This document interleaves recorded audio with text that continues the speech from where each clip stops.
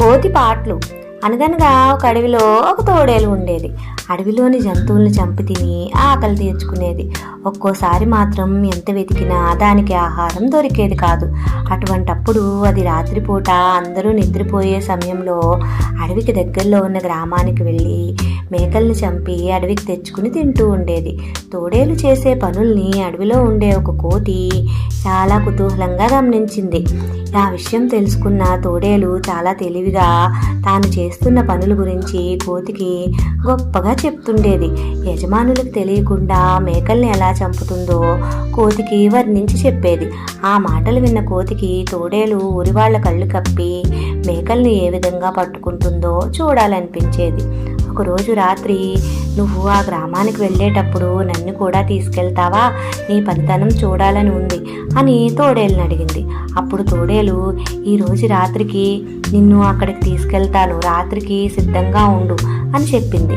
తన ముచ్చట తీరబోతున్నందుకు కోతి చాలా మురిసిపోయింది.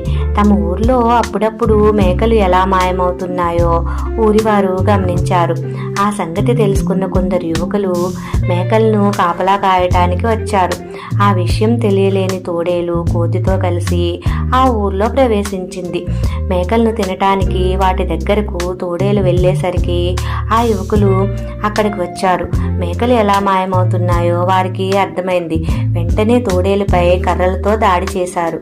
పక్కనే ఉన్న కోతిని కూడా కొట్టసాగారు. ఆ దెబ్బలకు తట్టుకోలేక కోతి, మీ మేకల్ని తినటానికి వచ్చింది తోడేలు, నేను కాదు కదా, నన్నెందుకు కొడుతున్నారు, వదిలేయండి అని అడిగింది. తోడేలుకు సహాయంగా వచ్చావు, నిన్ను మాత్రం ఎలా విడిచిపెడతాం అంటూ కొట్టసాగారు. ఆ యువకులు తోడేలు వైపు తిరగగానే కోతి నెమ్మదిగా అక్కడి నుంచి తప్పించుకుని పోయి బతుకు జీవుడా అనుకుంటూ అడవికి చేరుకుంది.